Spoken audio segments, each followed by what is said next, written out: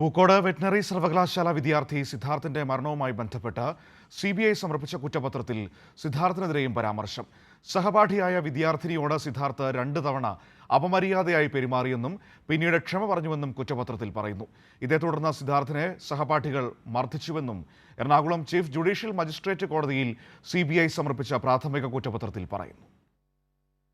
സിദ്ധാർത്ഥിന്റെ മരണവുമായി ബന്ധപ്പെട്ട് CBI register ചെയ്ത കേസിൽ 7 പ്രതികളുടെ ജാമ്യഹർജി പരിഗണിക്കുന്നതിനിടെ കോടതി നിർദ്ദേശപ്രകാരമാണ് CBI കുറ്റപത്രം ഹൈക്കോടതിയിൽ ഹാജരാക്കിയത്.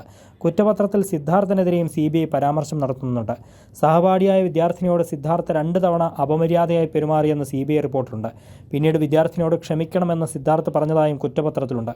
ഇതേ തുടർന്ന് സിദ്ധാർത്ഥിനെ ഒരു രാത്രി മുഴുവൻ സഹപാഠികൾ മർദ്ദിച്ചുവെന്നും CBI റിപ്പോർട്ടിൽ ചൂണ്ടിക്കാട്ടുന്നു.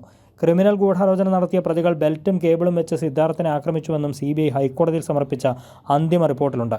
കേസിലെ 1 മുതൽ 19 വരെയുള്ള പ്രതികൾക്കെതിരെ ഇന്ത്യൻ ശിക്ഷാ നിയമപ്രകാരം കുറ്റകരമായ ഗൂഢാലോചന, ബലമായി തടഞ്ഞുവെക്കൽ, മുറിവേൽപ്പിക്കൽ, മൂർച്ചയേറിയ ആയുധം കൊണ്ട് മുറിവേൽപ്പിക്കൽ, അന്യായമായി തടഞ്ഞുവെക്കൽ, ആത്മഹത്യാ പ്രേരണ തുടങ്ങിയ വകുപ്പുകൾ ചുമത്തിയാണ് കേസെടുത്തിട്ടുള്ളത്.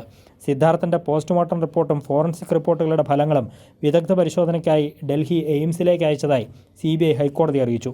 പോസ്റ്റ്മോർട്ടം റിപ്പോർട്ടിൽ തൂങ്ങിമരണമെന്ന് പറയുന്നുണ്ടെങ്കിലും ഇക്കാര്യത്തിൽ വിദഗ്ധാഭിപ്രായം അറിയുന്നതിന് വേണ്ടിയാണ് റിപ്പോർട്ട് എയിംസിലേക്ക് അയച്ചതെന്നും CBI വ്യക്തമാക്കി.